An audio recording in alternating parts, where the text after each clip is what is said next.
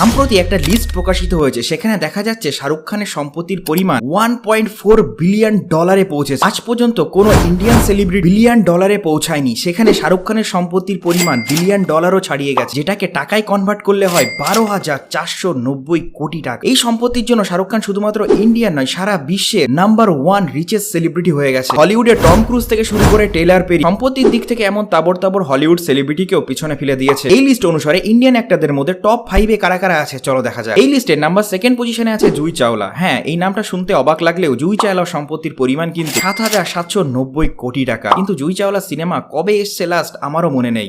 তাহলে এত সম্পত্তি এলো কিভাবে? আমি সবসময় বলি টাকা ইনকামের থেকেও বেশি টাকাকে ইনভেস্ট করতে শেখা। নাম্বার 3 পজিশনে আছেন ঋত্বিক রোশন, যার সম্পত্তির পরিমাণ 3,100 কোটি টাকা। নাম্বার 4 পজিশনে আছেন সালমান খান, যার সম্পত্তির পরিমাণ 2,900 কোটি টাকা। এবং নাম্বার 5 পজিশনে আছেন অক্ষয় কুমার, যার সম্পত্তির পরিমাণ 2,500 কোটি টাকা।